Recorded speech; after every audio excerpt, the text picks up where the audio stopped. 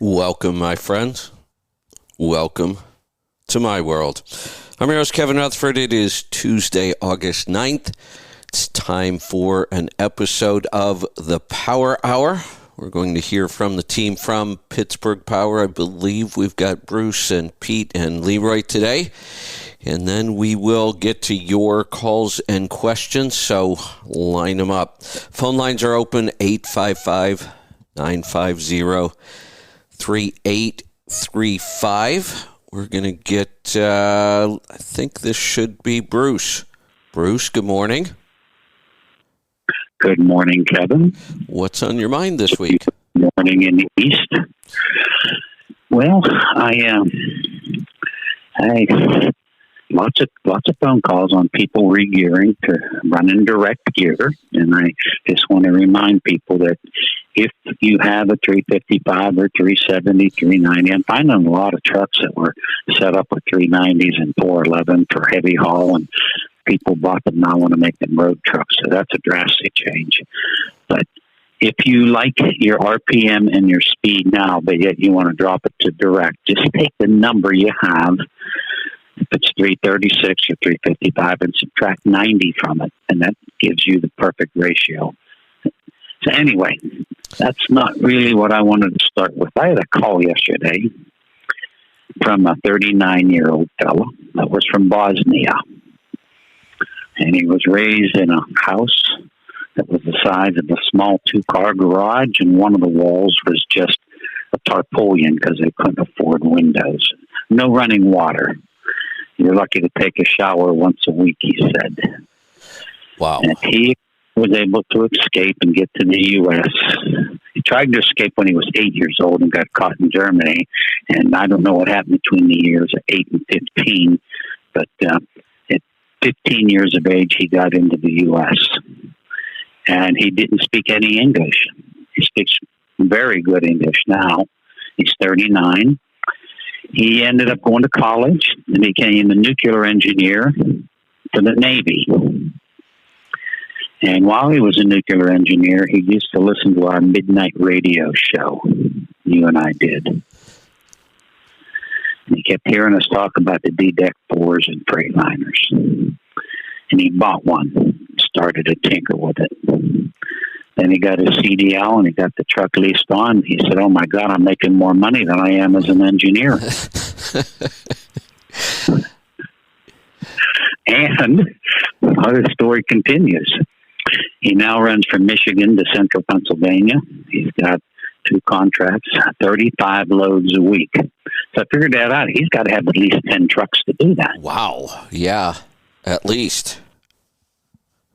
So you figure he didn't get out of college till he was 22. 8 years in the Navy made him 30. So now he's 39. So he's done this in 9 years. Wow. He has a family, has a house. He rents a 2,200 square foot new building that he has his toys in. He road races Porsches. And he's got a 2005 or 2006 911. He runs catalyst in his trucks, and he saw the benefit of the catalyst in the diesels. But he heard us talking about putting the max mileage catalyst in gasoline.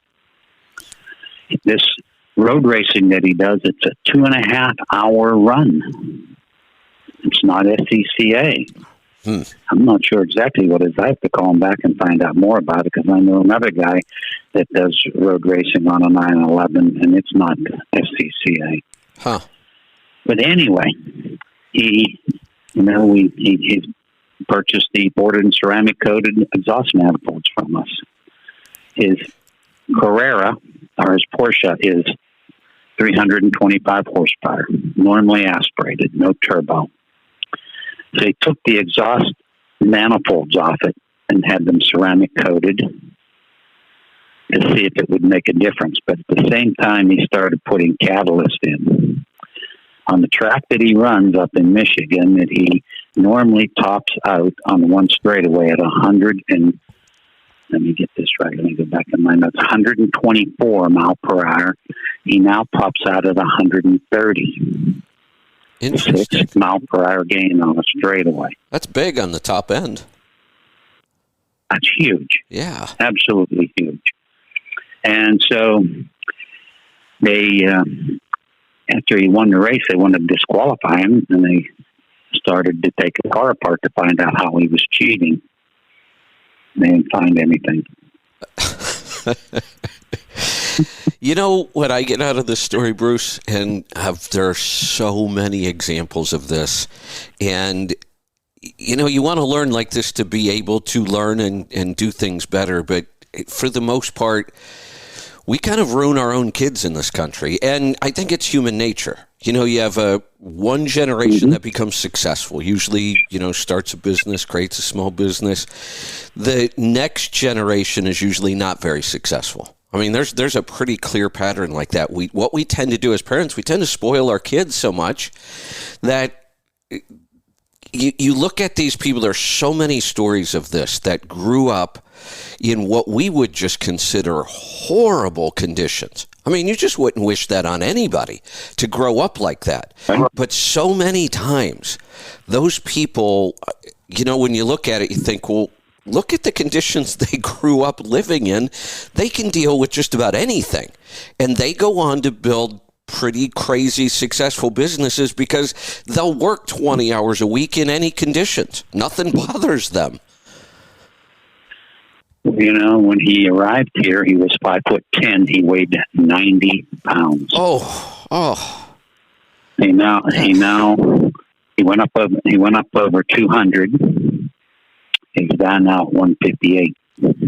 I had early on when I started doing accounting, this would have been in the early 90s, and then I moved the whole thing down to Florida, so I was at a hub there for FedEx. So I was there every day. My trucks were there, and I was trying to build this business. So, I would talk to the contractors there, and I'd do some of their tax work. And we're standing around the yard one day, and a guy pulls in. He's got a T2000, and he's pulling some of our trailers because, we interline some stuff here and there, and he doesn't know where he's supposed to go. So I start talking to him, and I help him out. And he comes out, and I don't remember, he started asking me a question about something, and then we started talking about the business, and he had come over from, God, I'm going to say it was like Croatia. It was when, what war did we have going on then? There's been so many of them. When Eastern Europe, a whole bunch of those countries don't even exist anymore. He was a part of that, and a lot of those people fled that area and came over here then. And he ended up with it. I ended up doing his accounting for him and doing his tax work. Within the next 5 years, the guy had 25 trucks in 5 years. Wow. I've never seen anybody work so hard. And he grew up with that same kind of, he had nothing growing up, horrible conditions, basically a war zone. And when he got here, all he wanted was an opportunity. And the thing about our country, especially then, it's still that way. There's still incredible opportunities here. That's all he wanted. And he took advantage of it. And the other thing was, he basically had an unlimited supply of drivers. Every time he'd buy a new truck, he'd just call back to the old country and get one of them over here.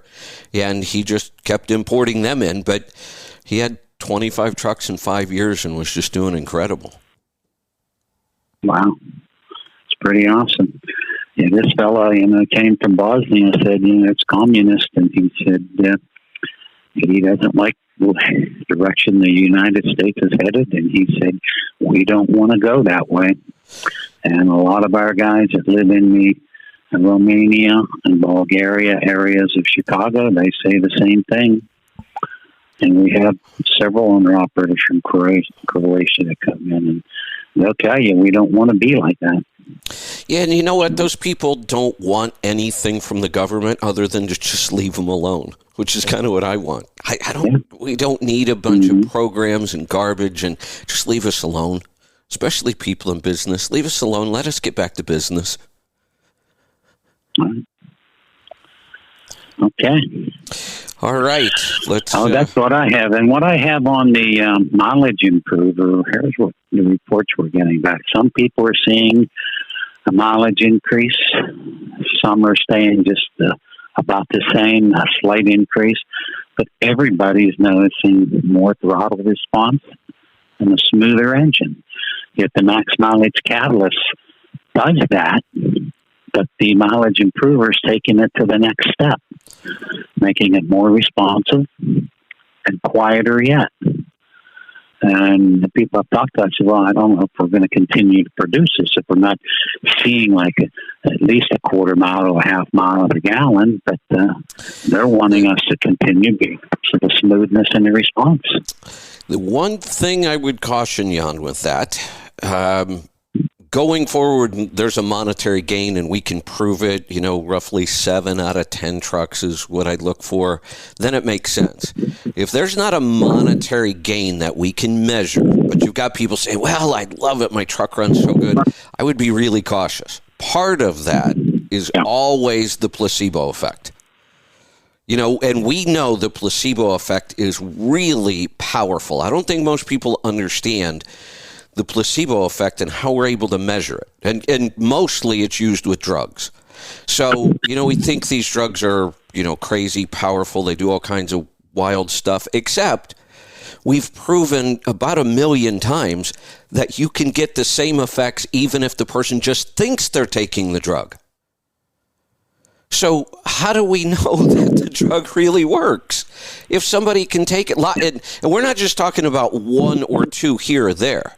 The placebo effect, there's a commercial about drugs that drives me crazy. Botox is, they use Botox cosmetically to get rid of wrinkles and stuff like that. That's really crazy.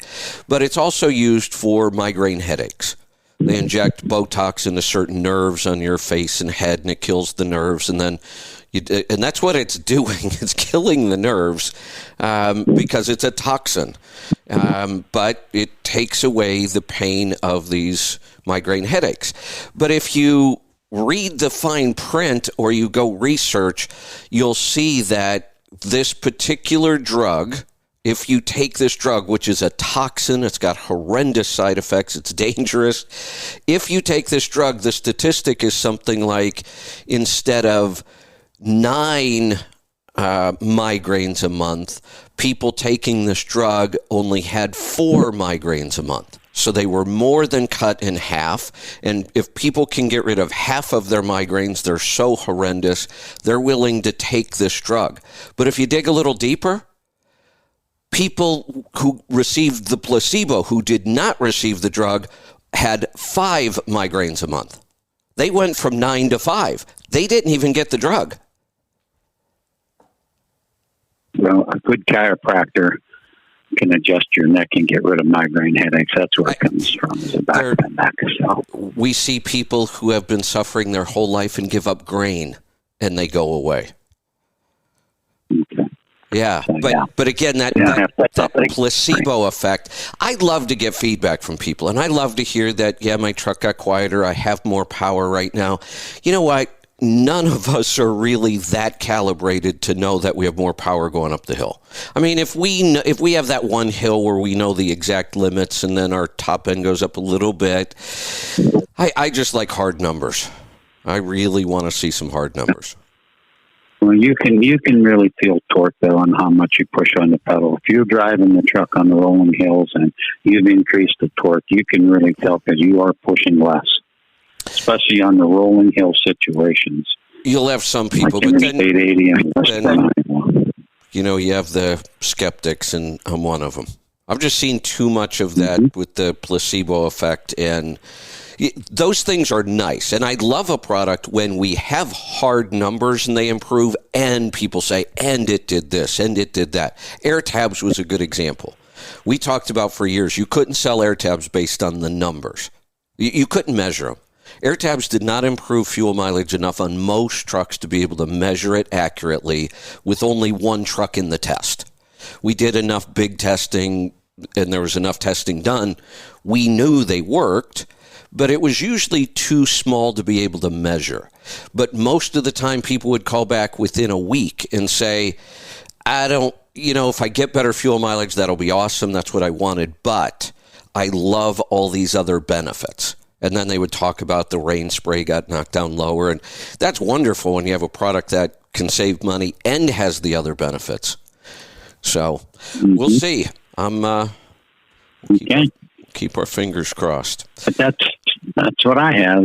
So all right, let's find out what's going on with Pete and Leroy. Good morning, guys. Good morning. So, Kevin, how are you doing today? Good. Leroy, you're up first this week. What's on your mind? Hey, Pete always goes first. I know. I thought I'd, mix things up. Hey, throw me a curveball. I wasn't ready. Well, wait. I have a habit of doing that. One year at the CMC, I think I waited till Wednesday or Thursday. I forget what day it was.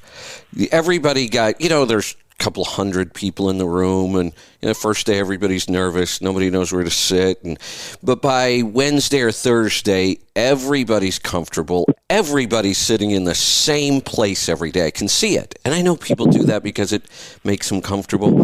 I like to make people uncomfortable. So I walked up on stage and I got started, and then I stopped and I said, you know what, we're going to do something different today. Everybody has to get up and move. You can't, and don't get up and move and sit next to the same person you're sitting next to now. You got to get up, move somewhere else, get a new perspective, shake things up. Man, did people get pissed. We normally don't get many complaints about the CMC because our team pulls off an awesome event, but I had more complaints that year, and they were all about me making everybody move. Yeah, I'm going to agree with them. I would be upset. I really. Now, what do you do when you go into if you're traveling and you go into a strange church? You should go in last to let all the locals pick their pew. Everybody goes to the same pew. Yeah. You know what, though? It's a good idea to just get a new perspective once in a while. Right. I think I'm going to start parking up front, Pete. What do you think? I'm going to park in your spot.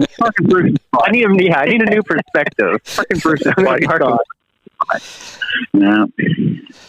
All right. So, Leroy, tell about the truck that got hit with lightning. Yeah, so I think Pete was going to go into that one a little bit more. I think he knows a little bit about it, but I'll start with the dyno stuff. We've been working hard on the dyno. Currently, the dyno room looks like a bomb went off. So we've cut probably, I don't know how many. I would venture to say we cut 2 miles worth of wire out of that thing. It's so much simpler now. Like if we ever have any issues, there's only a few cables because everything is digital. It's no longer analog. It's going to be so much better to fix. We have so many more features and things that we can do and test and calculations, and we can have custom parameters we can pull off to the ECM. We can put that on your reports. That way, if you have to go somewhere else, you can show custom parameters. There's just so much more we can do with this new dyno. I'm really excited to get it up. But we had to cut out the old one. And the old one was installed and then cut and spliced and fixed again and then cut and spliced like 6 more times. So there was a lot of wire there. There was a lot to cut out. But we're just about done. I can see the light at the end of the tunnel. So we should probably have that up by Thursday or so, something like that. So got it. Yeah, there was that. And the other thing I was going to talk about was I keep getting phone calls, and I think we've had a few calls on here about cleaning knock sensors. So I did a little bit more research into that, and so the way that the knock sensor works is sort of interesting. You know how it works, Kevin, or no? I have no clue. I feel like I'm about to learn something. So do you know how a O2 sensor works, like in a car? No. Roughly? Nope. Oh, okay. So actually, a knock sensor is kind of really a modified O2 sensor. And even on the trucks right now, you don't see it as like a measured parameter most of the time, but it does measure oxygen. So how the sensor reads is it takes a sample from the exhaust stream through the tip, or the nose, whatever you want to call it. It has all the little holes at the bottom. That's where it takes the exhaust sample in. it takes it into one of three chambers. The new sensors have three chambers. The old ones had two chambers. So each chamber goes through and like eliminates oxygen, and however much oxygen comes out of it is how much NOx it's making. So to break this down a little bit more, the first chamber evacuates a sample of any leftover oxygen, right? Then that sample is then moved into the next chamber.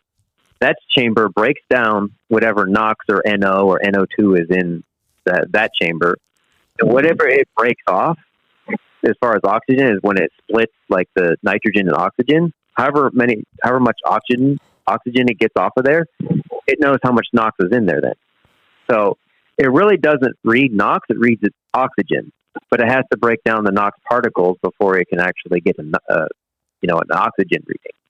So I thought that was kind of interesting. So to wrap this up, if you were going to clean it, you can't get any sort of chemicals to go from one chamber to the next chamber because they're very small little diffusion tubes, sort of like a reverse osmosis sort of diffusion tube to move from one to the other. So really where it actually reads NOx is in the second or third chamber, and there's no way you can get any sort of contact cleaner or carb cleaner or brake cleaner or anything in there. So there's no way to clean them once they go bad. The other thing to keep in mind is if you have any sort of excess smoke or anything in the exhaust stream, hydrocarbons, oil, water, that not only plugs the tip of it where it takes the sample from, but it can plug up that first sort of, not plug up, but it can contaminate that first chamber where it separates the oxygen. So you're breaking down the process from start to finish, and there's just no way to clean them, but the best thing you can do is just make sure your truck doesn't burn oil or coolant, or make sure all the sensors are on the truck are working, because if there's too much moisture in the exhaust, then water will like thermally crack it. So if that sensor is hot because there's a heater on it, so it heats up the sensor before it can even read. If it's hot and it gets hit with water, it can crack inside. And that's another reason that they go bad. So really, just the moral of the story is you can't clean them. The best thing you can do is just keep your truck in shape and all the other sensors reading correctly. That's kind of the moral of the story. That sounds like a pretty complicated device. It is very complicated. I spent like 2 hours last night researching about their codium coatings and how the oxygen pump cells are made of gold and platinum and how much current goes through. It's a big, complicated thing. So now you've got me curious. How do they eliminate the oxygen? So it's electrocatalytic. So it's a catalyst, but it's electrically catalyzed. Or, is that the right word? I can't. Yeah, that might be right. Catalyst. So exposes the NOx down into other things with basically just magic that's over my head. Yeah. Well, you know what when I think about this, you know, that and they're explaining using a catalyst, which makes sense, but it's like, where does that catalyst come from? Is it? It has something to do with the way that electricity is applied to these precious metal sort of compound where you have this gold and platinum mixture, and as you apply certain current to it, it will split or decompose the NOx down into oxygen. It's something like that. For the nature of the show, I was like, I don't feel like I need to research all this. You didn't know. I feel like you didn't know I was going to ask you for the details. Yeah, you're gonna, you know. See, now I'm you made me uncomfortable. Now you made me uncomfortable again. So now I have to go home and do more research. Yeah, so thanks. I'm assuming, you know, most of the time when you create something like this, you pull out the oxygen or whatever you're doing, usually there's something that gets depleted during that process, but obviously not here. These things, if they're kept clean, they would virtually last forever, probably, right? Yeah. I think, well, the new regulations for the EPA 2027, they're supposed to last like 850,000 miles. Yeah, that's a long time. The regulations say. Yeah. Well, we know that they're not long. Yeah. Huh. The guy last week was replacing one every month and a half. So. Oh, yeah. Yeah, that's bad. I don't think that was quite, you know. Yeah. 850,000. No. Let's move. But All right. Well, great job on the homework this week. yeah, so yeah, like we put a post up on Trucking Tribe, but yeah, if anybody has anything we would like to research, I'll do better next time and make sure I have all the questions answered. But if anybody has anything we want to research and kind of talk about, just post it up on Trucking Tribe and we'll get to it. Excellent. I love it. All right, Pete, welcome. Hi, Kevin. So I was going to talk about, I have a customer in a shop with a '05 Century with a DDEC 5 that got hit by lightning. And the damage it did to the truck, and more so the electronics than anything. So he was down for quite a few weeks after it hit. And he was going down the highway in Texas. Lightning hit. They think it hit the antenna. Is where it first hit. Okay. Then it went through the truck. Obviously, it shut him down. Weird. Yeah, shock there. That wouldn't have happened to a big camp. I was saying. Oh, here we go. Yeah. But it's got the batteries, his ECM, his scan gauge, the dashboard, dash module, ABS module. Some of the switches in the dash aren't working. The E-log and the inverter. So Freightliner worked on it. They got about $12,000 into it. He had a tow bill of like $750. Had to take it to another shop to do some more work, and he's here with some other problems still. And I think this is one of those deals where you get most of them fixed. You do a road test. We think everything's okay. He goes and finds out, okay, something else isn't working. I don't think you're going to be able to get everything on the first hit with as much damage as was done. My thought, honestly, based on what I know about lightning, when it hits things like vehicles or human bodies, it does all kinds of crazy stuff that nobody understands. And I've read stories about people 30 years later, after they've been struck by lightning, they're still having issues that nobody understands. There was a practitioner I was following, and she wrote a book about something. Now I have to try to remember what the book was about. She was really into meditation, and I was following her for that. And then I found out she had a book, and I went and read the book. But turns out she got struck by lightning. I think she was a teenager when it happened. And it's just bizarre what kind of things go on with their body that nobody can explain. And 30 years later, it's still happening. I think, based on what I know, if I ever had a vehicle struck by lightning, I'd get rid of it. Yeah, for sure. I would just get rid of it. Especially today, with how complicated these things are electronically. I just have a feeling that truck will probably make somebody crazy forever. Yeah, fortunately, it's a little bit older, so there's a lot less to go wrong. That might help. The Freightliner dealership said if it was a newer truck, they would have had to total it. Okay. Yeah, I mean, the cost to fix it would have been too high. Look how much time and money he has into this one. And it's still not right. And the insurance paid for so far. Yeah, and nobody knows. That's the problem. You're every time something goes wrong, and once people know it was struck by lightning, then it's like they're not even going to want to work as hard to try to find it. It'll just be, well, it got struck by lightning. What are we going to do? I think I'd get rid of it. We just had that crazy lightning strike near the White House that killed multiple people. That's really rare. Lightning strikes killing one person when they hit them, that happens, but multiples, that's pretty rare. And, in his case, as far as keeping the truck, it's an 05 DDEC 5 that's, a good engine to own. He gets good fuel mileage. It's been a good truck to him. Yeah. And at what point you say, it was a good truck. Hopefully, just like with the body, like you said, how many people that get hit with lightning survive for them to study to see what's going to happen with them? That's part of the problem, I think. There's just not enough of it happening that we can figure it out, and it is really complicated. I had my... when I lived in Orlando, that's like the lightning capital of the world. Talk about lightning strikes. They're just all the time down there. I mean, there are days where, you go weeks and you have lightning every single afternoon.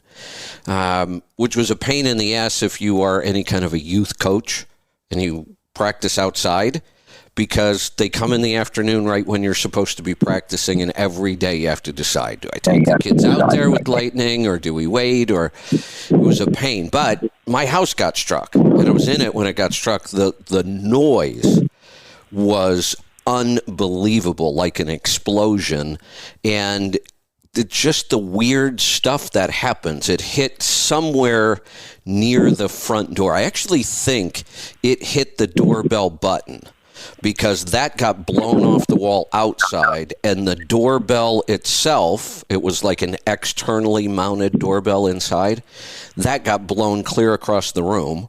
The garage door opener fried. Luckily, I had all the computer stuff on really good protection, so none of that got hurt. But it made a mess. But it was just random stuff all over the house.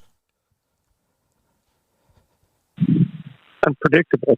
Yeah. Yeah, I would probably burn the house. I wouldn't live in the house, just burn it down. Yeah. Yeah. I mean, it got hit by lightning, so that's right. Possible. It'll never be right. Back in the 80s and early 90s, our old shop down by the turnpike got hit twice. Really? We lost the computer system. Yeah, I forgot about that.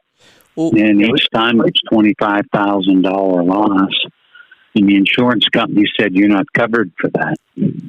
Then our big sign pole, and we had our Cummins sign and basal injection at Pittsburgh sign, it got blown over. Called the insurance company, you're not covered for that either. I said, what am I covered for? Well, wait a minute. I pay thousands of dollars. So I'm kind of devastated. My whole childhood was a lie now. We were told lightning never strikes twice. Yeah, and we lost our computer system twice. Wow. $25,000 hit each time. That's a big one. Sheesh, back in the 80s. Yeah, it is. $150,000 now. Well,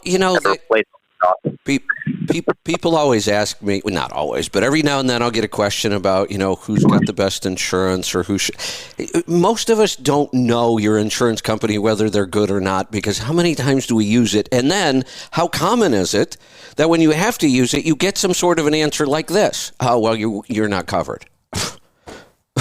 Why not? What am I paying for insurance for if I'm not covered? All right. When it really gets me is you have a beautiful older truck. You did a body off the frame, body on frame restoration, and you put $100,000 and some into it.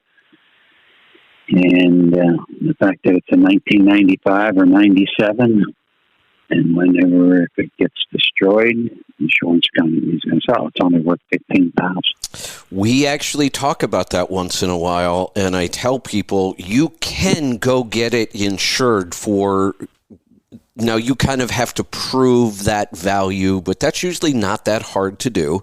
If you can prove the new value and you go to the right insurance company, not all insurance companies will do this, but there are companies out there that insure those kind of vehicles. Because that's always been a problem. Classic cars. I mean, hell, look at some of those things sell for hundreds of thousands of dollars now. Like I said, we have two big thieves in the country. Insurance company is number 2. Yeah, I'm pretty sure I know who. Is number 1. Yeah. Number 1 is, you know who that is. Yep. So we pay all our taxes. So. Absolutely. All right, Pete, what else you got? That's it. We'll follow up next week once we, whatever else we had to do this week to it, we'll let you know. All right. The majority of it's been repaired, but still not right. He still has codes. We'll melt it down for Big Camp Punch. Come out of it. Yeah.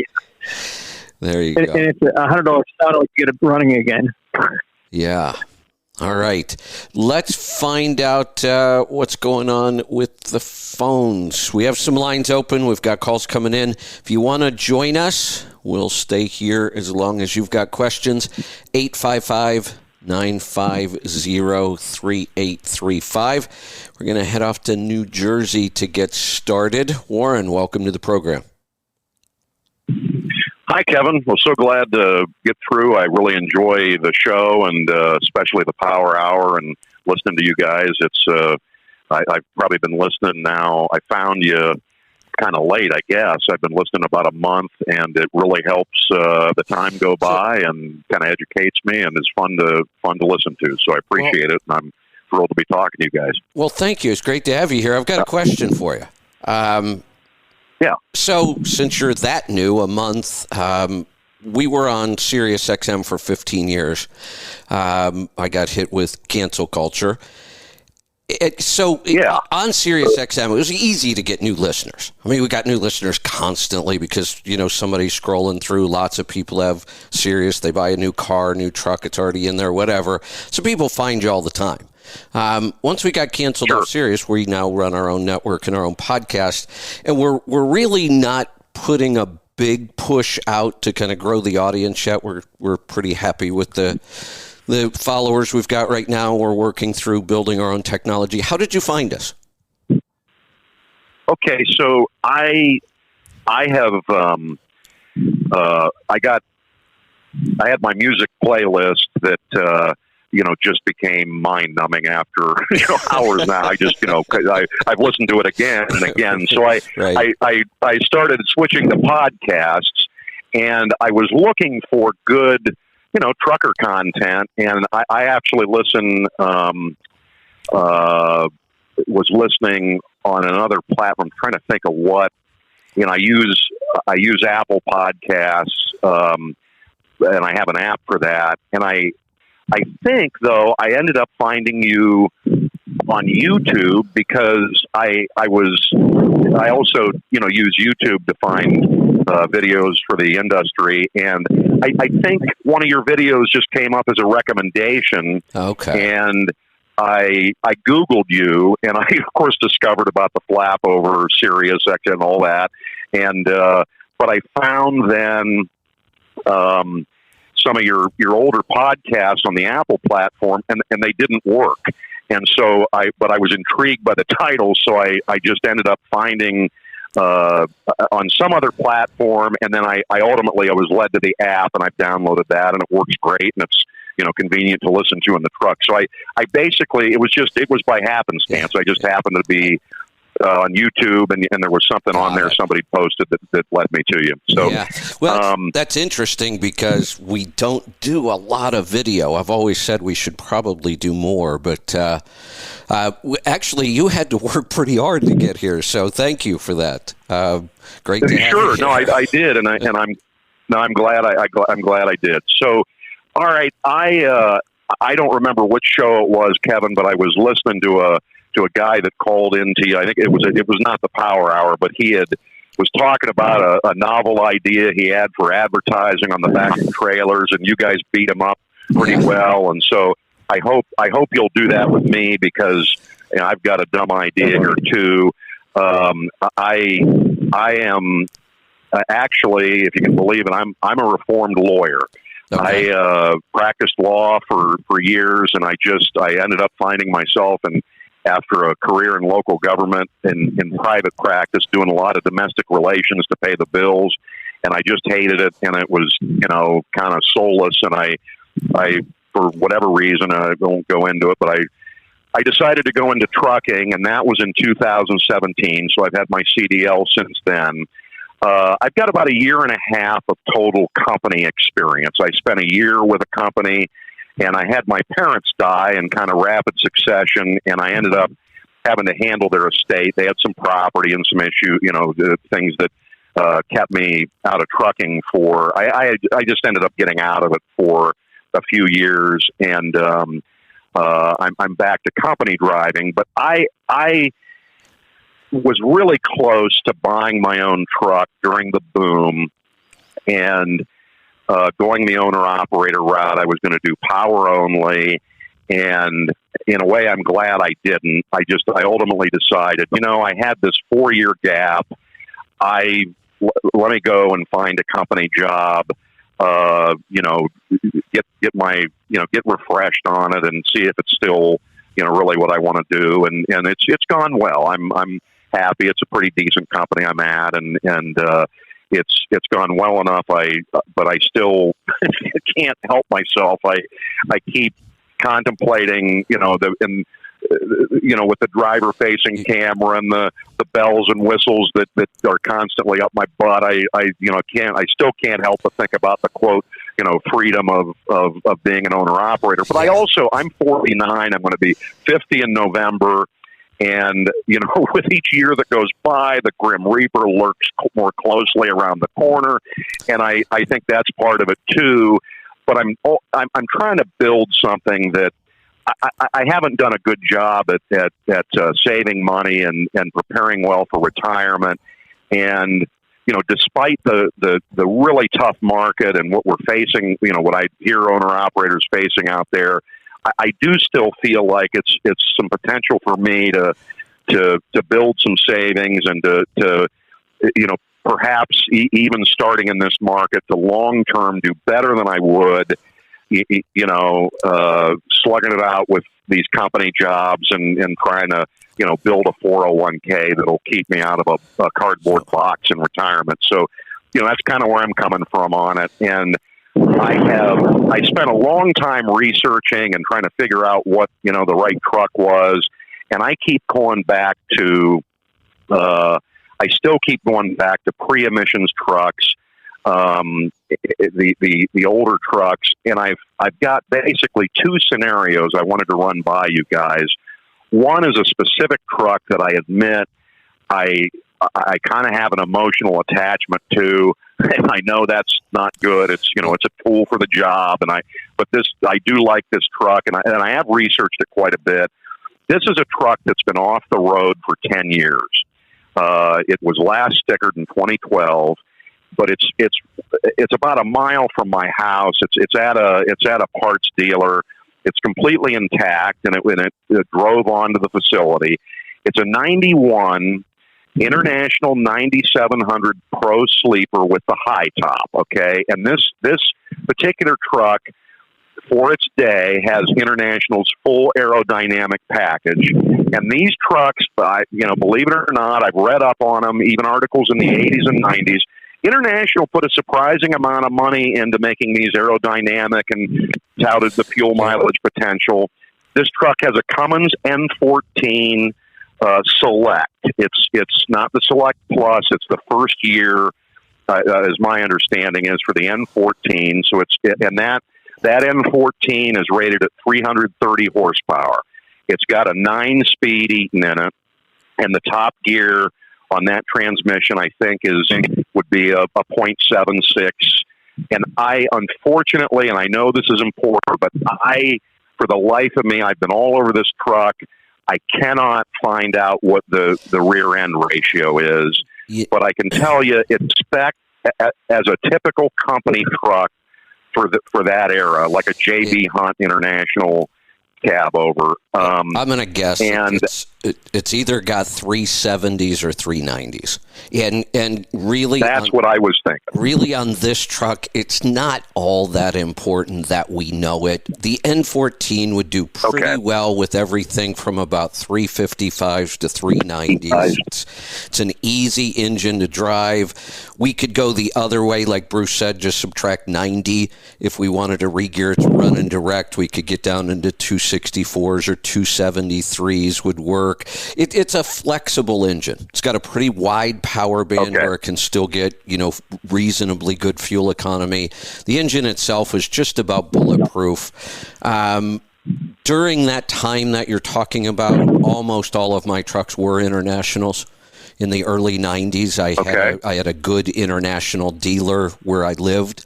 So there was a time when I tended to buy trucks based on the dealer that I had a good relationship with in the garage.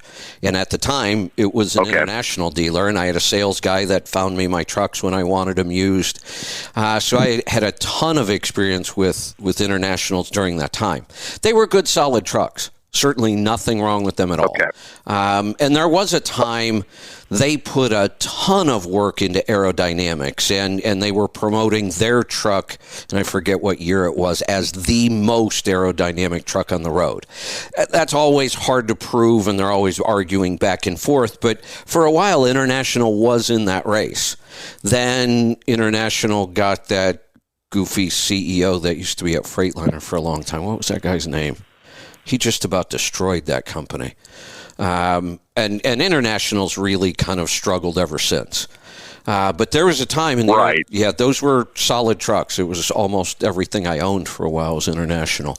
Really, this is a great starter truck. You know, we make sure it's solid, all those things. But like I said, that engine's just about bulletproof. It's cheap to rebuild. It's easy. It's a simple engine. This just comes down to price. What do they want for this thing? The price it's only $7,500 for the truck. That's pretty hard to go wrong. But one thing I'm trying to figure out is for a truck that is, and unfortunately, long ago, I actually went over there and tried to jack the cab up, and about 3 pumps in, I watched the hydraulic line shoot hydraulic fluid out. So that gave me a sense of all the rubber on the truck's going to need replaced. You know, I've got a spreadsheet where I'm sorry, go ahead. Yeah, I was going to say it probably does, but you know what? We don't see all those crazy problems with old trucks that sit for a long time. Even in the 90s, we had pretty darn good materials. And now, no question, if you can go through and replace all the rubber hoses, belts, you should. But, you know, you look at a truck like this at $7,500. I have to believe you've blown $7,500 in your life on things that got you almost nothing back. Many times, probably. Absolutely. many times. So yeah, that's true. Yeah, absolutely. So here's $7,500 with a chance of building a business. And we get instant revenue back. I mean, we can make that $7,500 back in a month. In revenue. I mean, if somebody is willing to take on an older truck because they have those issues, you may find yourself, you know, on the side of the road with a leak somewhere and you're going to have to deal with it. But if somebody's willing to do that, it's almost impossible to go too wrong with a truck like this. I mean, how much are you out? You know, you go spend $7,500, probably put another $7,500 into it before we even drive it. So I would because I was that's great. I appreciate that. Yeah, that's what I thought. I thought I'd pay $7,500 and end up putting another 10 to 15 in it, and I wanted to know if that was realistic. So you've answered that question. You might, but even if we did, having a truck that we put $25,000 into today is nothing. I mean, those are right. Look, there are repairs, not just in frames anymore. Pete, what's it cost to replace a one box these days?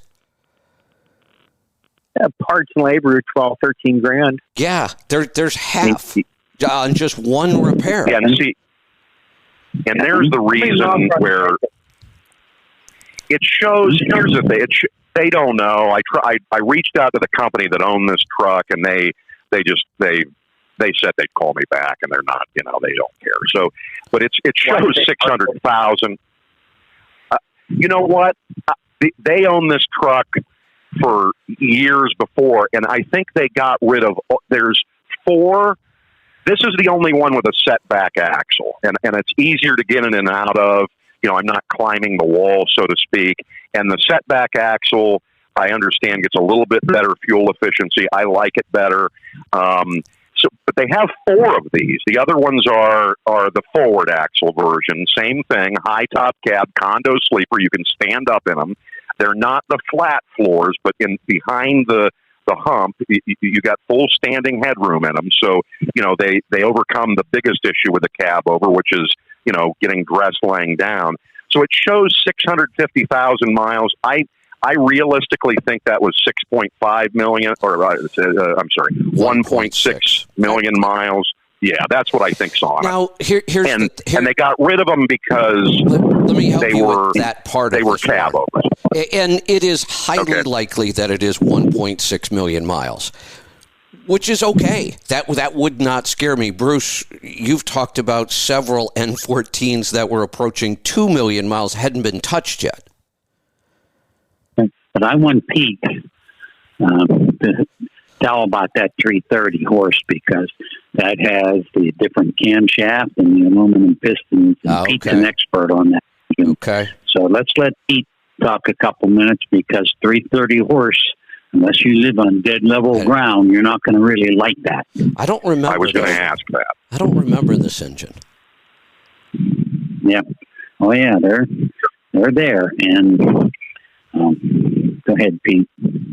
So the early selects, they made a couple of changes. So everyone's aware of the Select and Select Plus, but they almost had two versions of the Select engine. The earlier ones ran a different camshaft, different timing, and we didn't get the horsepower and torque out of them as you did the later ones. Now, with that said, we can program it and get the horsepower and torque and response up some as is, and it would depend on the engine serial number. And of course, Okay. at the time of a rebuild, we can do some things differently and go a little higher with it. Okay. But you still get the advantage of the fact that it's an N14, which is really a durable engine. Like this block, we almost never have to pull an engine on an N14 because the block's bad. Whereas Okay. if Then what about the main bearing cap fretting? So they have a issue that we know to look for. It's called fretting on the main block or on the main caps. And what happens is the main caps are moving. And if it's really bad, it needs to go out and line board. We had one truck. It was a glider. So God knows where that engine came from that we had to just get another engine. And it was just too bad to do anything with. But it's one of the things my guys know to look for. And I really think maybe 2 or 3 times we've had to pull out an engine because of that. So it's something to be aware of, but it's not something that I would not buy a truck for because of that. Okay. That fretting Can I is ask you caused something? because people don't change the torsional damper on the crankshaft. That's what's causing that fretting. Can I ask you something about oil sampling? Okay, because I've heard, I hear all these calls and these guys are sampling oil. And it sounds like a great way to find out what's going on in the engine. Okay, so this truck as it sits has full fluids. Okay, like it was ready to go. Now, but they're all been sitting there 10 years, and I went ahead and I pulled the dipstick on it, and it's full of oil. Okay, so after sitting 10 years, is it worth doing an oil sample on the oil that's in it now, or would that not be instructive to me?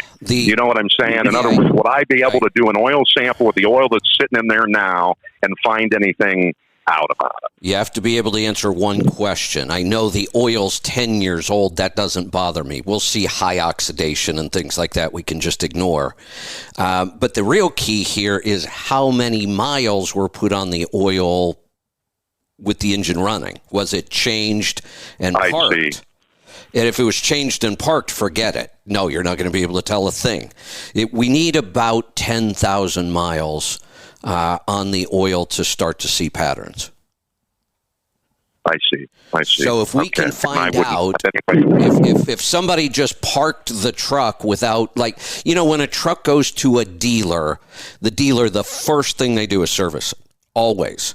So when a truck's sitting on a dealer lot, no, don't ever even think about oil sampling it. Now, when I used to work with dealers, like this international dealer and any dealer I work with, if I'm looking for a used truck, I'll tell them, here's what I'm looking for. When you find one, do not service it. I want to see it before you service it. I want to pull an oil sample. So if you can do that, but the rule of thumb is we'd like to have about 10,000 miles on that oil or more. Okay.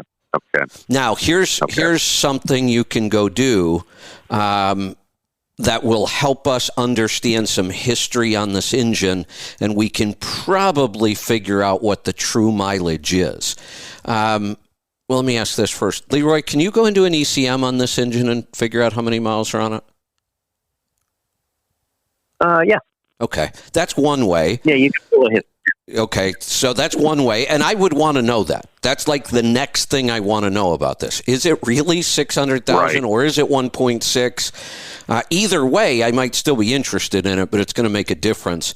You can go to RigDig.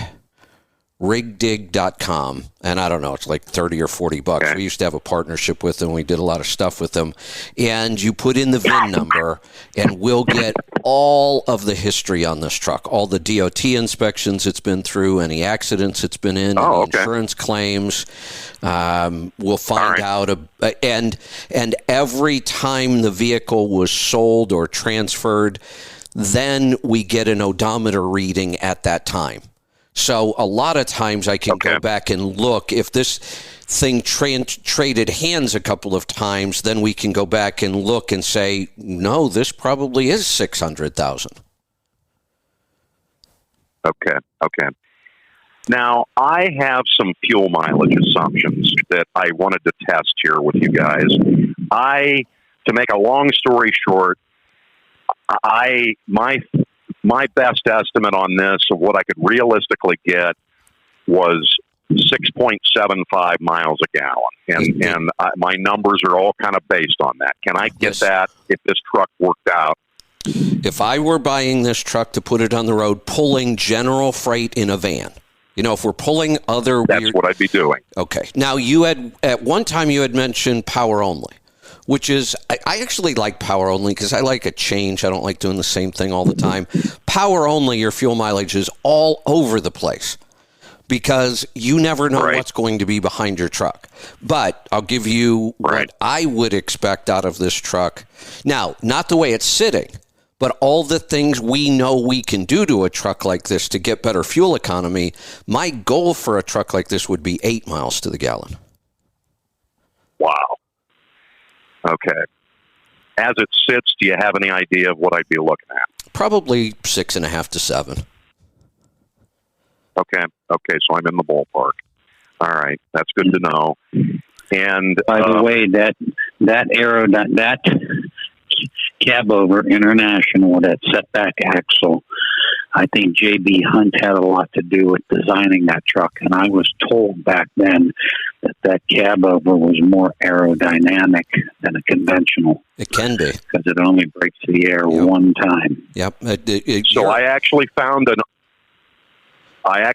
article from a not international. This was from an independent, some trucking publication, and there was actually an independent organization that did a study of, because International was, just as you said, they were making all these claims, and the study found that it was the most aerodynamic cab over of all the models and ever built. And it also found that aside from maybe one, because I think the T600 which was kind of aerodynamic in a way, there was one maybe conventional that could do better, but really, I think you're right. So that was one of the reasons I thought, this isn't your typical cab over. I mean, it was designed with aerodynamics, not only in mind, but as a pretty high priority. So, I like this truck a lot. I appreciate this information because, I hate to admit this, but it's open and it sits there, and I even, occasionally I'll go sit in it and imagine myself going down the road. And but I am kind of emotionally attached to it now. I like the idea of it, so it's good to get this information now. As to the power it's got as it is, how bad is it going to be? In other words, I don't want to be restricted to running flat ground. Like now, Warren, I go through PA and West Virginia, and yeah. So when you're talking about the hills on the East Coast, the east half of the country, you just have to deal with them. That's just.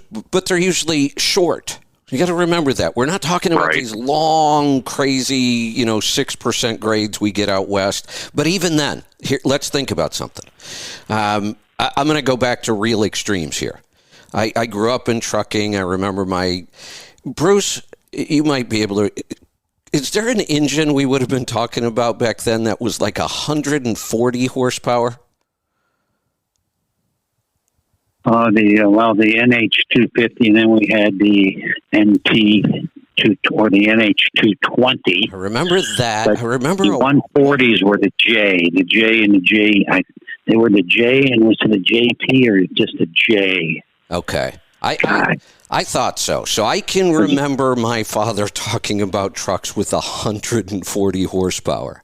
And one of the stories that I always like to tell, especially when I was a kid, because my dad would tell it, is through Pennsylvania, because I grew up in Northeast Ohio, so he did a lot of trucking in Pennsylvania. He said it was common to actually, on the way up a climb, you were going so slow, you would open the door, step out on the running boards, and urinate on the way up the hill.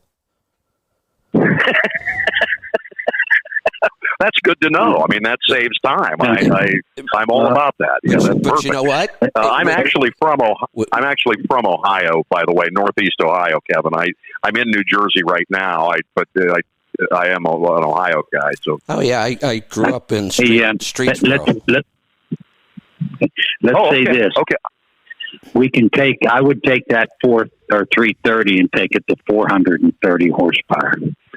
With a couple minor changes. So you don't have to stay at 330.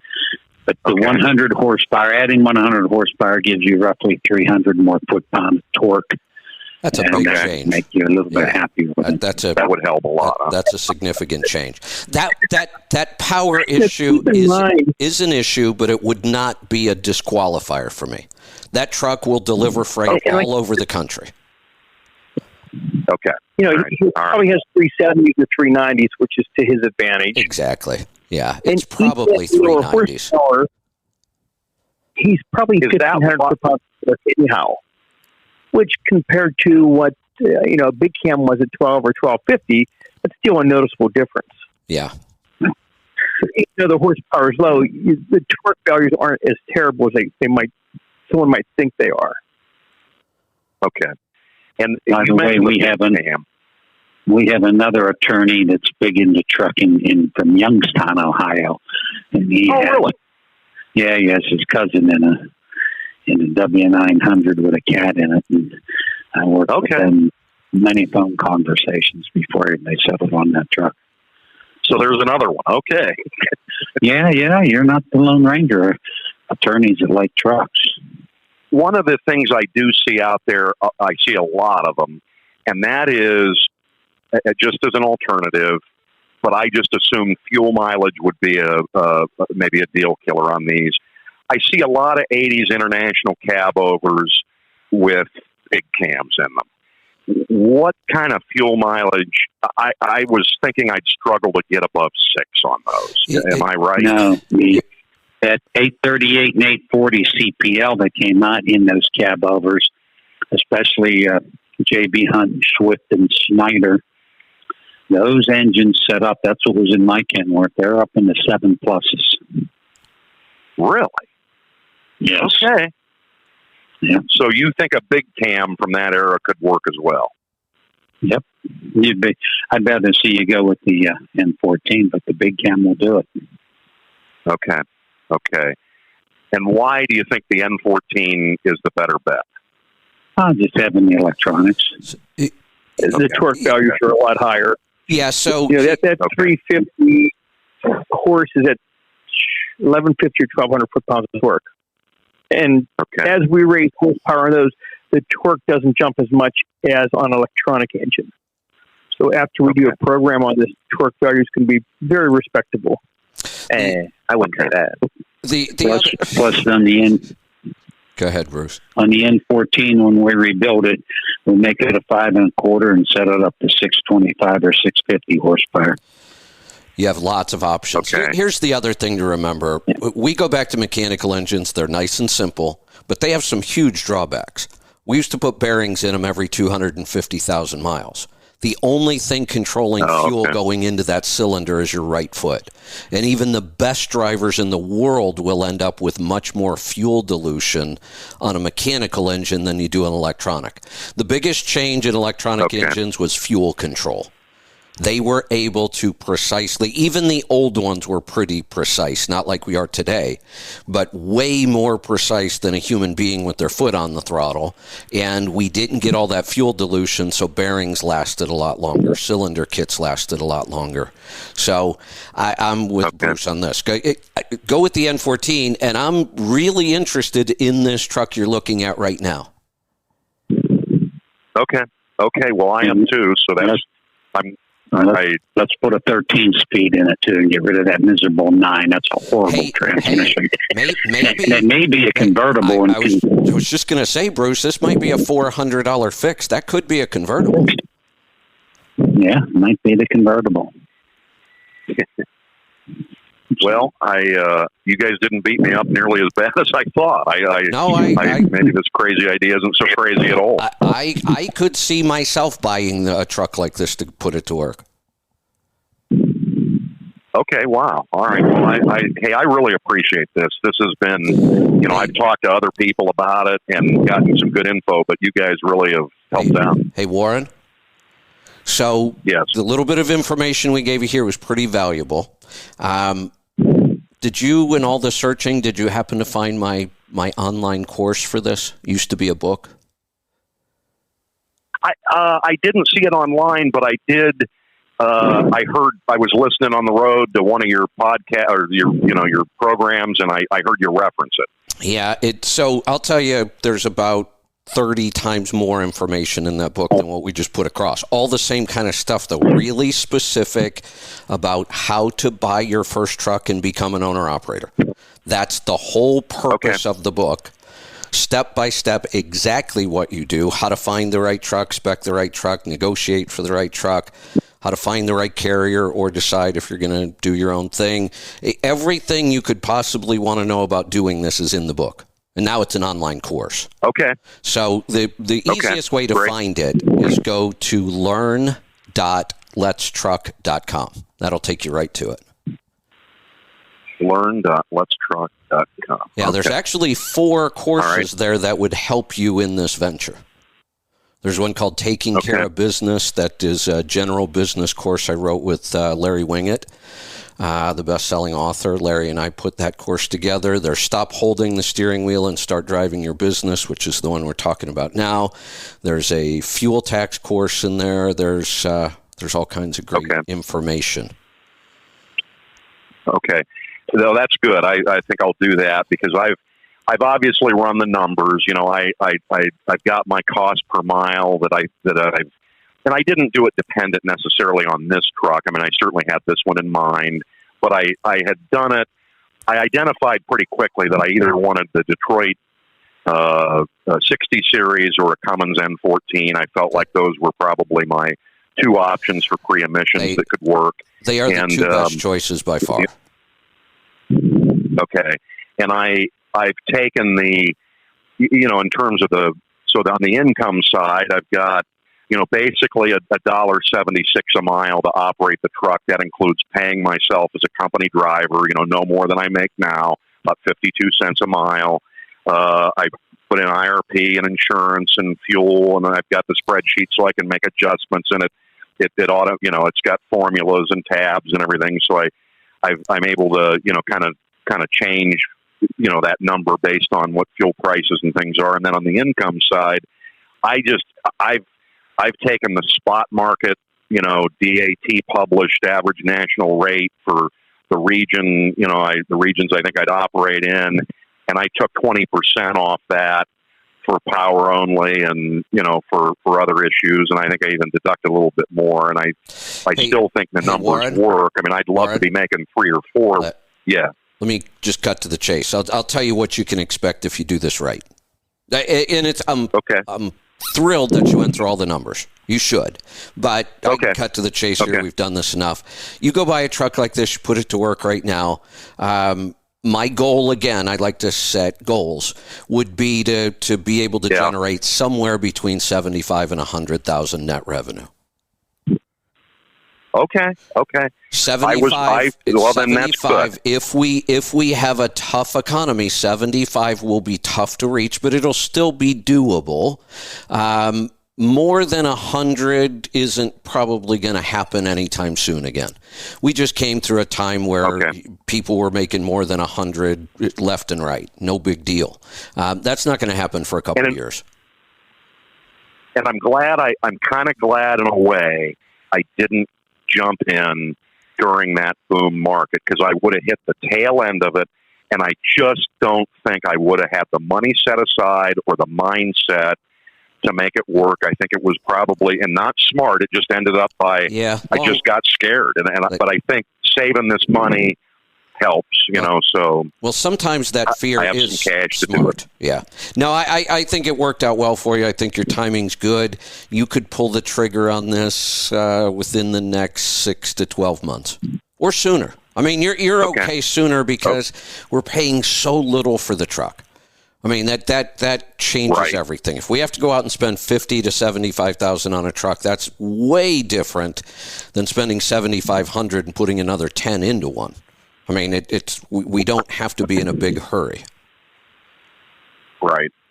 So you're on the right track. You're asking the right questions. Keep doing it. Keep calling us. Go check out the courses. Learn.letstruck.com. Let's go to Oregon. Boy, we spent a lot of time on that call. Bill, welcome to the program. Hey, Kevin. Nice to talk with you. I go back to Nemo days with you, so I've been with you a long time. CMC's, the whole deal. Much shorter question. I actually know who I'm talking to. Great to talk to you. Yeah, your neighbor up north. That's right.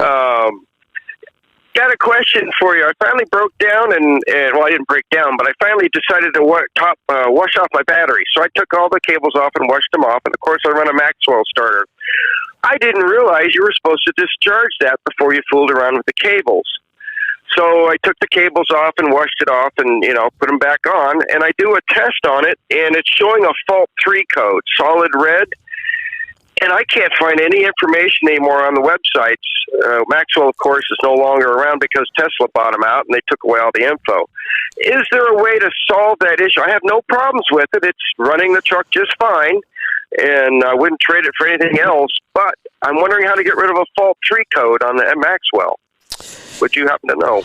Or would somebody from Pittsburgh Power know? I don't. We'll see if these guys do. I may have a resource. I actually announced when Tesla bought Maxwell, and I was kind of excited about it, and I never thought that they might just eliminate the one product we cared about Maxwell for.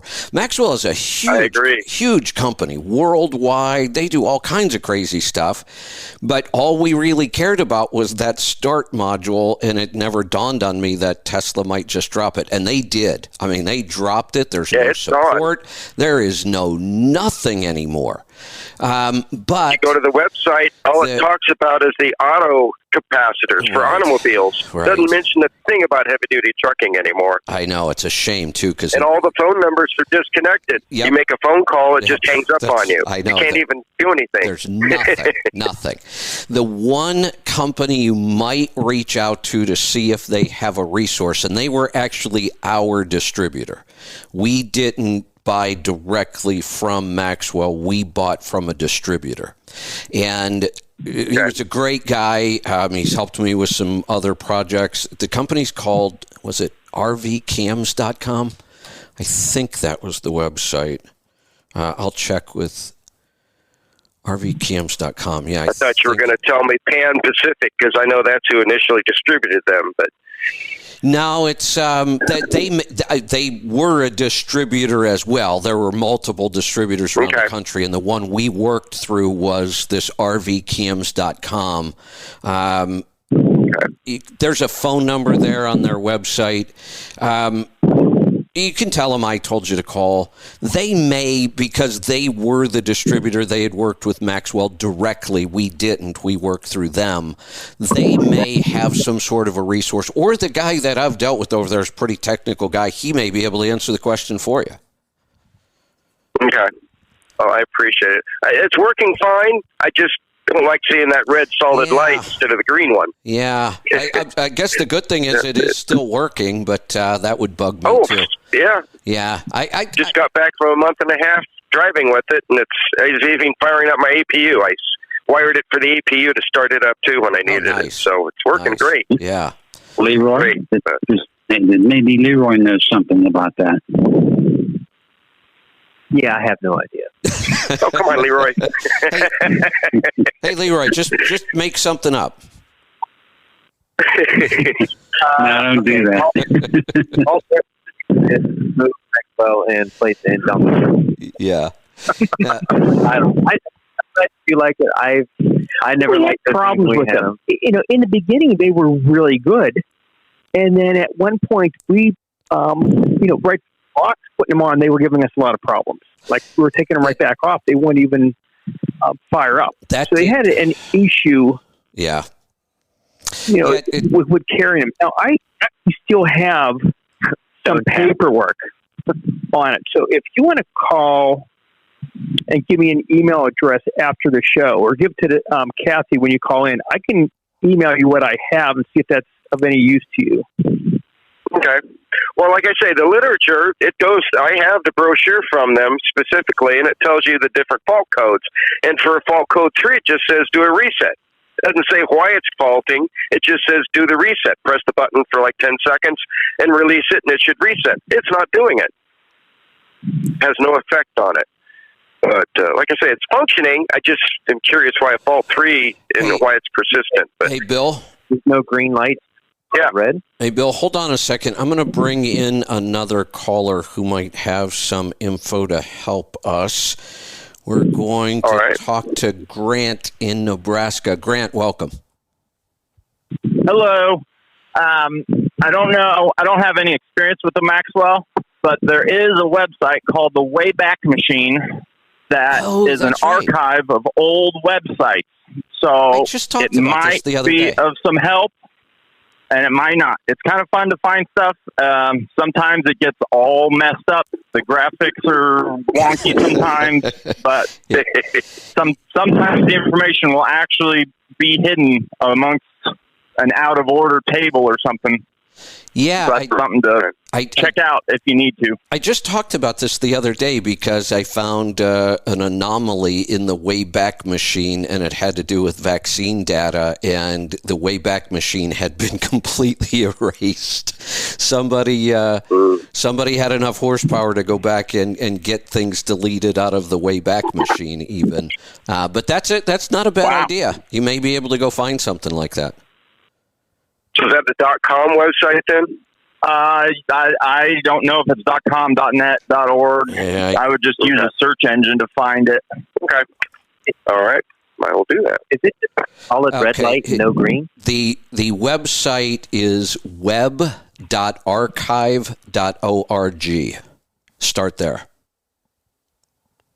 Have a good day. All right. All right. Thanks. All right. Thank you. Thanks for the call. We're going to keep rolling here. We got calls piling up everywhere now. Let's go to New York. Rick, welcome to the program. Good afternoon, guys. How are you? Good. What's on your mind today? Well, first, Kevin, I'm really excited about your network, and I find it very easy and enjoyable to use at my convenience. Good. So thank you for stepping out of the box, if you will. You're welcome. My question today, Ben, I have a 2020 Peterbilt with a X15, Cummins X15 performance motor. And, Bruce, I used a gallon jug of that max mileage at about 200,000 miles. I started using your product. And at the end of that gallon, I brought my vehicle into for a PM, and with a knock sensor fault code. I questioned that, and I was wondering if there's any correlation to the heat that was produced by the product that I was putting in the tank to create that kind of faulty code, or was it just back to a bad sensor? Actually, at 200,000, you've got a fair amount of carbon and soot build up in the engine. So the max mileage catalyst was in the process of cleaning, and it'll take about 3 gallons to get the engine really clean inside. People told me after 2 gallons, they pull off their EGR tube and they say it's spotless inside along with the EGR valve. So the heat is in the combustion chamber and not necessarily being transferred to the rest of the engine. So I'm going to say no, it had nothing to do with that. Okay. Well, I appreciate that. I mean, I was just, I pulled away from the product because, I was concerned with that extreme heat, producing that faulty code. It's not extreme heat, and you really want to get back on it. And then after 3 or 4 gallons, you may want to think of having the DPF cleaned. If you go to a DPF alternative, then you have a lifetime warranty on cleanings. That's what I would do. Or you're actually 50,000 miles away from needing a diesel force cleaning. We used to recommend every 250,000 miles to do diesel force, but if you're using the catalyst, you don't have to do that. But the fact that you went 200,000 without the catalyst, and now you've gone through 1 gallon, you need to get back on it. And then if you get any signs at the DPF, any codes, give us a call. And do you get over our way, being you're from Jersey? Well, yeah, I do. I take 80 out west, or okay. I'll get out that way. You're only an hour and 15 minutes north of us, so give us a call and get with Leroy and get into the engineering department, and let's just check out your emission system. Well, that's what I think we'll do. And I appreciate the time, guys, and you guys have a good day. That's all for me. Thank you. You're welcome. Thanks for the call. We're going to head off to Wisconsin this time. Joe, welcome to the program. 2016 Cascadia Glider, 12.7, 18-speed, 264s, rears. I've done for a friend of mine's truck. Did a manifold, non-wastegated turbo, put the Pittsburgh Power tune in, and we can't get over 6.5 miles to the gallon running 63 to 65. Wondering if you guys have any ideas. What is the turbo boost at 63 and 65? It'll do about 30. No. What is it on the level down the road when you're on dead cruise? 30 is 500 horsepower. So on the dead level, running along, not into a headwind. How many final boosts? I can't answer that. I'm a tuner for you guys, but I don't drive it, so I guess I haven't asked them that. Yeah, that's what you have to do. You have to find out, is he just sitting there on cruise control, or is he actually driving the truck and watching the boost gauge? Yeah, pretty sure he sets the cruise. Keep in mind, nothing's level. Right. So if you're riding along on a cruise and you see that boost gauge going up and down, that's terrible fuel mileage. I have a feeling that's what he's doing. The other thing, he mostly just runs Wisconsin, but I know you guys had talked because it's got a pretty funky exhaust system. There's like 4 or 5 90-degree bends going into the muffler and then back out to go up the pipe. And I know you guys had talked one time about restriction, but I don't remember what you had said, like percentage-wise, or if you think that would be affecting it. Yes. I'll tell you what, every 90-degree elbow is equivalent to 13 feet of straight. So you're much better off on a 45 than you are a 90. And if you have to do a 90, there's your short radius and a long radius. You want to go with the long radius 90s. Yeah, and you have to look at the muffler. Is it a restrictive muffler, or is it our quiet performance muffler? Yeah, just your 90-degree bends are like pushing out through 52 feet of pipe. Wow.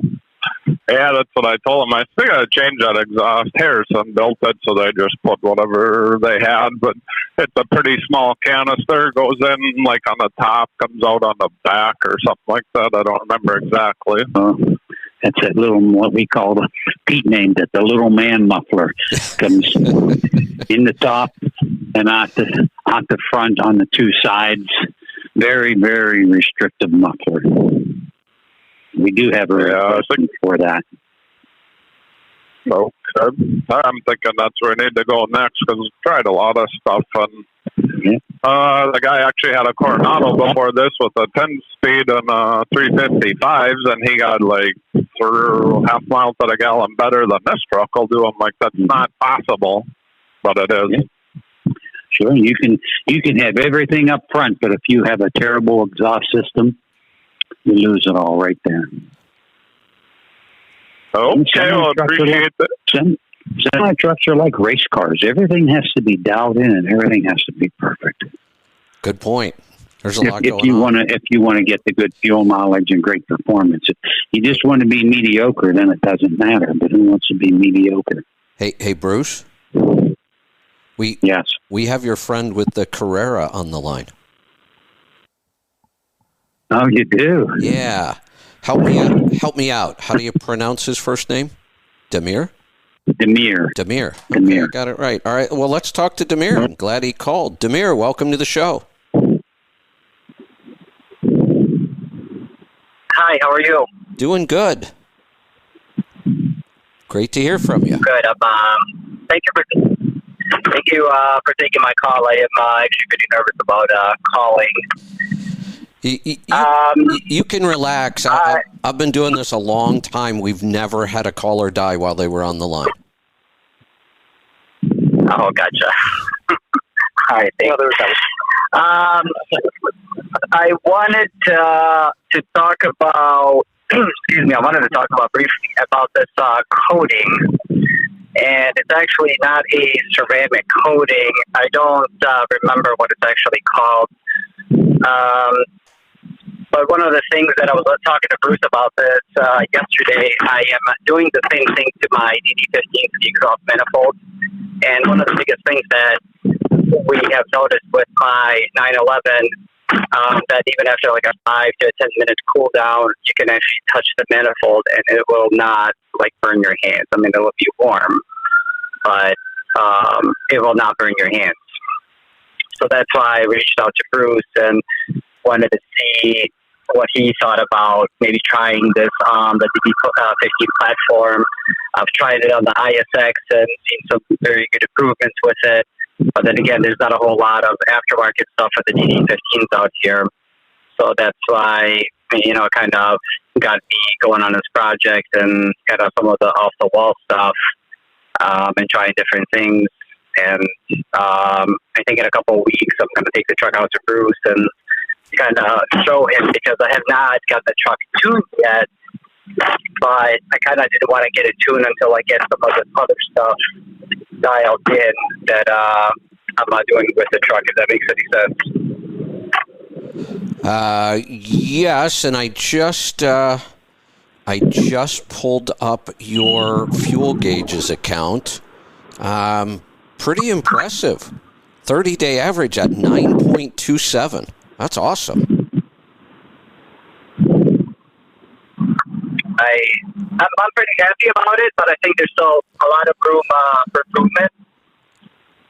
Yeah, there's always room, but boy, starting above 9 is pretty impressive. Yeah, long story short, first time I actually heard about you, said I was still in the Navy, and I remember I was going through Nashville, and that was actually the first time I heard about you. I think you had one of your classes in Nashville, if I remember. This was like 2007, I think. Yeah. 2008, maybe. I was just going to say, that was the very first year of the CMC. I did one every month around the country. I did 2 in Tennessee. I think I did Nashville and Knoxville in 2007. Yeah. Well, I was actually coming through Nashville with my first truck that I bought, which is a Sierra England truck, 12.7, deck 4. Oh, wow. 13 speed, and I thought, I was the baddest guy out there. But that's how long I have been actually listening to you guys. But that being said, Bruce, can you open up your email? You can look at that picture that I just sent you. Let's see. Well, the email's always open, but okay. I see. Okay. Okay. So when the reason we say ceramic coated is back in the late 80s when we started, or mid 80s when we started coating pistons. We called it ceramic and Teflon. It was a form of ceramic and a form of Teflon, but the correct chemical name was so long that we couldn't pronounce it. You had to be a chemist. Maybe Jane Gates could have pronounced it, but it meant nothing to us. And so the fellow that we started doing this with, he said, look, it's close to ceramic and it's close to Teflon. Let's just call it ceramic and Teflon. So it's a generic term. Okay. Did you get my picture by any chance? Let's see. The picture of the Porsche? No, I sent you another picture of of my tablet and all my gauges and all my readings that I'm watching and monitoring as I'm driving down the road. Oh, here it is. Okay. Yep. Outside temperature 97. Okay. So that is the Volkswagen program, because I do have a Volkswagen diesel as well, and I bought an adapter on Amazon and I plugged it into my truck, and that's where a lot of the data logging comes from. And obviously I've had fighter kits, I've had the TR England truck, but that is something that I keep an eye on, not only with my Porsche but also with my DC vehicles and also in my Cascadia now. Have you seen a program like that before? So what's interesting here, it's showing intake temperature of 129 degrees, outside temperature 97. You're running along at 10.4 pound of boost. So it's interesting. Well, that picture was taken I believe, Friday or Saturday when I was coming back from Chambersburg. What I'd like to know is it's showing barometric pressure. I'd like to know the differences that you see in turbo boost and intake temperature as the barometric pressure changes. So if you can make a note of that and email that to me, I'd like to know that. I can do that. I probably have about 50 or so of these pictures that I'm actually trying to work on getting a good data log, to record 5 or 10 minutes at a time or so. But again, like we talked about yesterday, with the catalyst and the hot shots, the truck is performing better than ever, but still cannot get 30 pounds of boost out of it because, again, we tested the Charger cooler. We've tested quite literally everything and smoke tested, and now the max I see is 24 and a half, maybe 25 pounds. So obviously it's running more efficient. But I kind of forgot to tell you about that thing that I'm using to monitor data. So I don't know if you, like I said, if you ever seen one of those before, you can customize it really any way you want to. One of the biggest things, if you watch on it, you can see the DPF pressure intake and sensors and kind of like everything else. So that also made quite a big difference.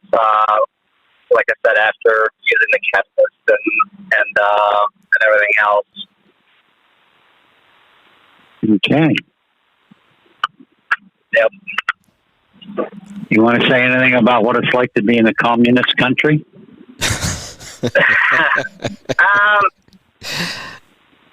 Well, as long as Kevin doesn't put me off the radio. This is a free speech zone. You're allowed to say anything here. Well, if you talk to Jen, she'll probably tell you that I do need to sugarcoat things a lot more. I have a saying that the worst day here is probably still better than any day in Bosnia. And again, I'm here. I've been back only a couple of times. I don't want to say I have no interest in going back, but you know, at the same time, I also, again, I like I said, the worst day here is better than any day in Bosnia. But one thing that always stuck with me, the family that sponsored me to come here. So I spent a few years in Germany as a refuge, and it was actually a church that sponsored us to come over here. And like I told Bruce, no English. I didn't speak, read or any English. And one thing that I do remember was I was told that in this country you can do whatever you want to, and you can be whatever you want to as long as it's legal. And I always took Jay's advice, the guy that sponsored us to come over here, and kind of went on with it. And I don't, the week that I'm running, we kind of bump heads every once in a while because I always tell the drivers that I do not believe in participation awards. So the guys that actually work for me do a great job, and sometimes, I don't want to say we bump heads, but it's a good reminder, hey, this is what we need to do. And yes, it sucks sometimes, but the sacrifices that have to be made here are, again, there's still sacrifices, but compared to other countries, it's a drop in a bucket. It's a shame that we can't somehow transfer that knowledge that's in your head because you've experienced that we can't transfer that to our children growing up so that they understand how fortunate we were just to be born in this country. But do we really want to, though? Because I have some pretty graphic and pretty bad memories. Yeah, I'm sure. I don't know if I would want to. Yeah, I know. It's just, I see people that come to this country and they get it. All they want is an opportunity. They don't want a handout. They don't want help. They just want an opportunity, and they take that opportunity like you did, and they run with it, and they're wildly successful. I've seen it so many times, and yet our kids that grow up here with all the advantages struggle. Right. By the way, speaking for guys like me, we do want to help. I mean, like I said, the best advice is the free advice that I've gotten from you and Bruce and Jay and several other role models, if you will. And I call Bruce, I don't know, Bruce, we would talk, once a month, once every couple of weeks or so when we have time. And I got a whole list of questions. Hey, what do you think about this and that? And so, yes, I try to get any help that I can. And like I said, I've heard of you. I was still in the military. I listened to the midnight show, and I would get up at 4 a.m. and go work for Northrop Grumman, the liaison for them in the U.S. Navy when they were building the USS Collins and then building the USS Bush. And then, I decided to go by the Sierra Trailiner,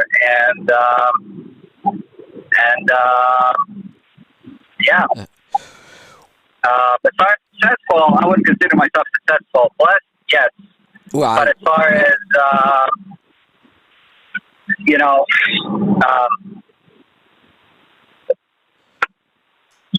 Well, here's the deal. Yeah.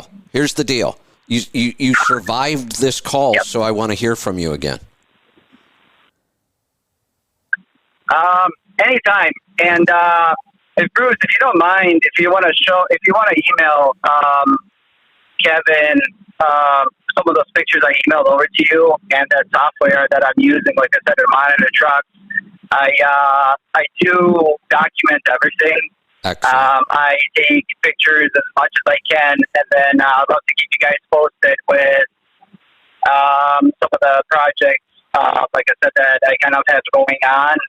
And if you guys want to share that over the radio, more than welcome to. And then when I get out to Saxonburg, we can kind of go more into detail. And like I said, I will keep everything documented. And like I said, if you have any questions, Bruce or you, Kevin, and the whole Bruce can forward some of those pictures over to you.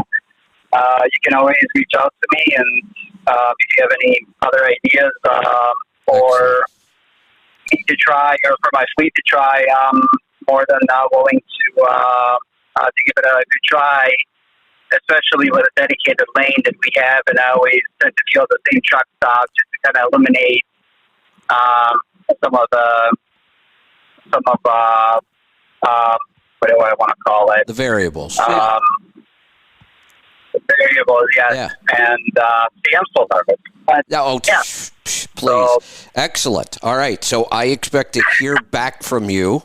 Drop in once in a while. Let us know what's going on. Update us. Thanks for the call today. We're going to move on. This will probably be our last call today. And as much as I hate to do it, there's a lot going on politically right now, but I am not going to be able to do the pit today. Mostly my fault. I should have prepared earlier today. Last night was a rough night with sleep. I got up late. I didn't have time. I should have been prepared ahead of time, but I am going to skip the pit today. I'm really not ready to do a good show, and this one went long. So I will start working on next week's show. There's obviously a lot going on in politics right now. I just want to get my thoughts together on it. Let's go to Pennsylvania. Dan, welcome to the program. Hey, thanks for taking my call. Hey, I got a no start. I've got a 2020 Peterbilt with the PACCAR engine, and I took it in for a service. And they called me and said, "Hey, have you ever had a no start?" I go, "No." When they said that they had a no start, I thought they took care of it. I shut down last weekend, and when I went to leave, it would not start. So I called the dealer again, and they said what they took care of it with was replacing a fuse, a 25 amp fuse on MX ECM or ACM. Well, I'm having that same problem again. I changed the fuse, and it's not that. I asked him, I go, because I was told it might be injector cups. He said he's never heard of that yet on this particular engine. So my curiosity is up. Why would an injector cup keep an engine from not starting? I was told that it's probably leaking fuel through and not letting it keep its prime or something in that. I don't know if the guy knew what he was talking about. Yeah, I think that guy was bamboozling it. That's what I figured. So. Yeah, so if it blew the fuse for the ECM, that's why it doesn't. So does it crank, or does it just you hit the key and nothing happens? Yeah, it cranks and then it wouldn't do anything. It wouldn't turn over, so it acts like it's not getting fuel. And so what I had to do this last weekend, which I hate to do, was I gave it a shot of ether, and it cranked up. But I hate to hear that engine when it starts on ether. And then it took off, and I haven't had any problems since. So, but I'm not shutting down for 2 and 3 days. So I don't know if I've got a bad fuel line or something somewhere causing it. Yeah, I think you have multiple sort of things going on. So there was a situation where it shut off and it would crank, but it wouldn't start, right? And then they said they put a fuse in it and then it started. Yeah, and that was at the dealer. Right. And now they did a service. I went and picked it up. It ran. Everything was fine. And now, roughly 3 weeks to a month later, it's not starting after I shut down for 3 days. And now you have to ether it to get it to start. That's what I did so I could go to work this week. Yeah. I don't want to have to do that again. And you haven't had any issues in the last week? No, not this week so far. Have you shut the truck down, or have you just let it run? Yeah. Well, at night I sleep, so I idle it up, and then I shut it down when I go in to shower, and shut it down when I fuel, and it started every time so far. But you're saying maybe after a couple of days, it feels like it maybe loses prime and doesn't want to start? Yeah. Okay. It did it 2 weeks ago when I was in the hotel for the weekend, but then it started. It just acted like it wasn't getting fuel, like when you change your fuel filter and you just crank it over. So I called the guy at the dealer and he said, well, we just changed the fuse, so I don't know. Yeah, like I said, I don't know. If the fuse blew, then yeah, it'll just crank and never start because the ECM's off. But if it's got ether to start, then that means that the ECM is working, it just doesn't have any fuel. And what year did you say this was? 2020. 2020. Yeah, so it's not the old, it's not the unit ones anymore. It's the new style. So if it's just, I guess what you need to do is to see if it's losing prime or not. And does it have a lift pump on it? Yeah. Okay. I would verify. Is it working? Or you're not sure? Well, I'm pretty sure it is. I would think start there. That's what I did the first time I tried. I pumped.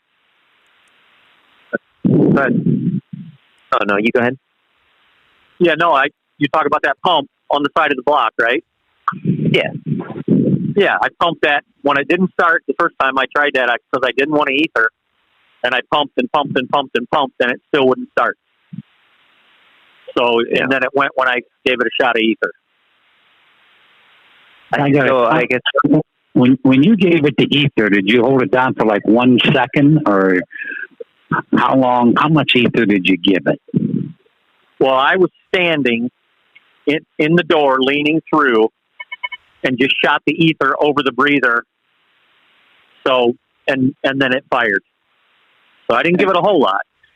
Yeah. Did the engine rattle? Oh, did it ever? Yeah. That's why I don't want to do it anymore. Yeah. Okay. Yeah. So the only two things that you have is either losing prime or you have some sort of ECM issue. Maybe that's something that's correlated with ECM that has an issue and it popped the fuse once, and now it's showing a different symptom where it doesn't want to start. If you're just down to one, either losing prime, not getting fuel, or you have some sort of ECM issue. Okay, Pete, you're an expert on using the sight gauge and clear lines. Tell them how to check it for sucking air. So that's what I was thinking was more of a fuel issue. The fact that it fired up on ether made it sound like that's what it was, and it's bleeding off. So what you do is get a sight glass and put it at the back of the pump and fire the truck up, run it around a little bit, get all the air out of the system, and then what you do is let it sit overnight. Then when you go to start, before you start, you tilt the hood, see if there's any air in there or not. And then watch it while you start it. It's nice to have a second person there because there might not show any air at the sight glass until you fire it up. And if you're getting air in there, it's bleeding off someplace, whether it's a injector causing it, a fitting, filter head, anything like that can cause that. And that's the problem. Then, of course, you can find the problem and fix it. Yep. And something a lot of people would do that don't have the sight glass, kind of just to roll things out, is you would get a short line from the back of the pump to a can of clean fuel, fire the truck up, let it run for a little bit, clean all the air out of the system, shut it down, let it sit overnight. If the truck fires right up, then the problem's behind the fuel can, back. Right. If it still acts up, then it's not the fuel line, it's not a fitting, it's not a filter, it's something pump or injector issue. Okay. Got it. And figure out what might be going on with it. Pete, do you still use the LED flashlight to look through the sight glass hold it behind it so you can see through and see the air bubbles coming through? It does make it easier if you shine a bright flashlight on the back side watching for the air bubbles. When there's no air bubbles, it doesn't look like anything. It just looks like fuel. It just looks solid. You don't see the movement. You see the movement when you see the air bubbles going through. Okay. All right. Very good. Appreciate it. You know what else you could do? Put a fast fuel system on it, and that'll help prime it. Turn the pass on before you hit the key to start it. Yep. Okay. I'll recommend that. See what they do. I'm a company driver, but they take pretty good care of me, so I might be able to convince the mechanics to do something like that. We keep having problems. So, but I appreciate you guys' time and mileage. So, all right. Hopefully that's doing me some good. There you go. Thanks for the call. Hey, Bruce, you know the story of how the fast saved me from embarrassment. No, I don't. So when the original signature truck that we had at the Louisville Truck Show, when we left there, and it was a last minute thing. We weren't planning on doing this, but Lisa and I decided to drive it back to Colorado. And there was a whole bunch of weird stuff that happened. We had a condo in Louisville that we were staying in for the show, and I parked it across the street. There was a gas station over there, and they let me park it. But I was on this a really steep angle side to side. And when I got in, the fuel gauge was way off so I looked at it and I couldn't remember how much fuel we had in it. And I thought, I need to pay attention and, get fuel later. Well, on the way home, I was calling you and I'm watching all the gauges and I'm playing around with stuff because I'm so excited about all this stuff on this truck. And I just happened to look down and my fuel gauge was below empty. And I'm like, oh, that's not good. So I tell Lisa, I said, you got to find a truck stop soon. I got to stop and get fuel. So she finds a truck stop and dummy me, always pushing it. I said, do they have a scale? Because I really want to weigh this thing too. And she said, no, there's no scale at that one. I said, check the next exit. We can probably make it. So she checks the next exit. She says, yeah, there's a truck stop there with a scale. And I'm like, all right, I'm going to that one. I want to stop once and get this over with. The truck started stalling on the ramp, and I just threw it into neutral. I had momentum going. I didn't even stop at the stop sign. I think I went blowing around that corner on two wheels, and I could see the pumps, and it was sort of downhill the whole way. And I thought, and I'm talking like probably I'm still like 300 or 400 yards away from the pump, and I'm done. And I literally coasted to a stop at the pump. But I was pushing it, sucking all the fuel I could out of that thing, even wiggling the truck back and forth to make it there. So I get there and I pull up to the pump and I'm like, I can't believe I got here. I'm going to get fuel. But then I'm thinking, how hard is this thing going to be to start? I don't know this truck. I don't know this engine. I ran it completely out of fuel. I'm like, boy, I hope it's not hard to start. But then it gets worse. Because as I'm standing there at the pump, I hear somebody, Kevin, is that you? Is that the signature truck? And the next thing I know, I've got like 15 people standing around looking at the truck. So now I finish fueling and I'm like, I really don't want to get in and try starting this thing. With everybody standing here, it's going to be embarrassing if it doesn't start. And then I thought, you know what? I've got the FAS. We've got it wired to the key. Turn the key on. You can hear it pump. And I just crossed my fingers and it fired right up. There you go. Could have been very embarrassing nice if that to have that auxiliary electric pump. Yeah. Nice to have that auxiliary pump. Mm-hmm. Yeah, sure was. All right. Anybody have anything they want to wrap this up with? Nope. All right. Negative. I think we're done for today. We are going to skip the pit. I will work on a good show for next week. And we will see you back here tomorrow for Destination Health. Thanks to the team from Pittsburgh Power. Be safe, be profitable, be fit and healthy. Always do the hard work and master the journey.